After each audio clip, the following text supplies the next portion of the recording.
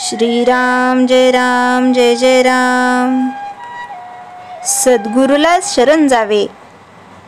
प्रत्येकजण पोटाला खायला मिळावे म्हणून खटपट करीत असतो, परंतु आपल्या इच्छेप्रमाणे आपल्याला मिळते का?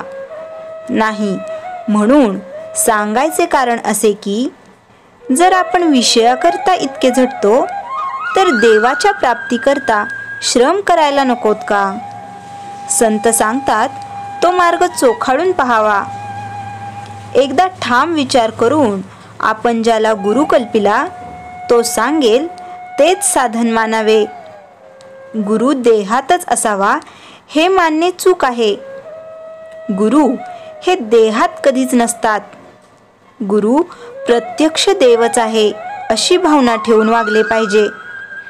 अशी भावना ठेवून वागले म्हणजे गुरु कसाही असला तरी तिथे प्रत्यक्ष देवाला येणे भाग पडते। गुरु सांगेल तसे आपण नेहमी साधन करीत राहावे। तसे साधन करीत राहिले म्हणजे आपल्याला देवाची प्राप्ती होते। गुरु नामाशिवाय दुसरे काय सांगणार? त्यातच आपण सदा राहावे। जो खरा साधनात राहतो त्याला या सर्व गोष्टी आपोआपच साधत असतात। म्हणून आपण गुरुला अनन्य शरण जाऊन तोच सर्व करतो आहे हे मानून जे होईल त्यात आनंद मानित जावा। भगवंताबद्दल जिज्ञासा उत्पन्न होणे ही खरी भाग्याची गोष्ट आहे। असा जिज्ञासू शिष्य भेटला तर गुरुला देखील आपले स्वतःचे सार्थक झाले असे वाटते। श्री रामचंद्रांची जिज्ञासू अवस्था पाहून वसिष्ठांनी फार आनंद वाटला आणि ते साहजिकच आहे। संतांनी एकच देव, एकच साधन आणि एकच गुरु मानला। त्याचप्रमाणे आपण एका नामात राहण्याचा प्रयत्न करावा। मुलगा हसत खेळत असताना बाप त्याला घेतो, पण रडू लागला की खाली ठेवतो। याच्या उलट मुलगा रडत असला तर आई त्याला घेते।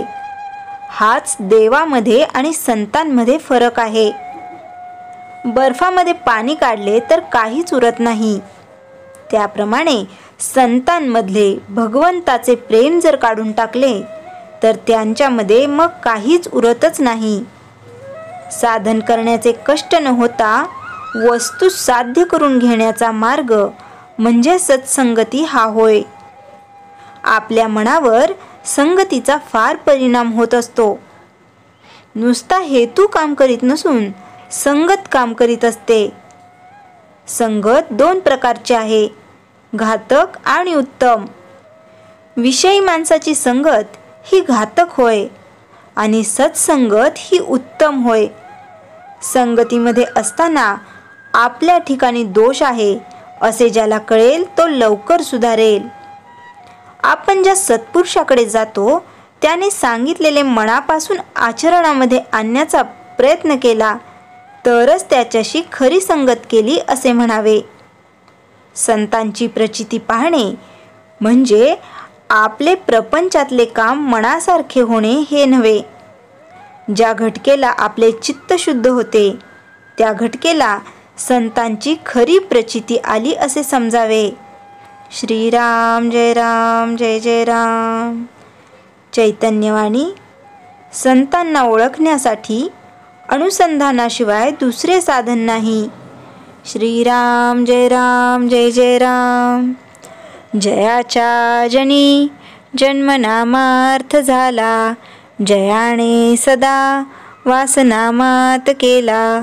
जयाच्या मुखी सर्वदा नाम कीर्ती, नमस्कार त्या ब्रह्मचैतन्य मूर्ती। श्रीराम जय राम जय जय राम।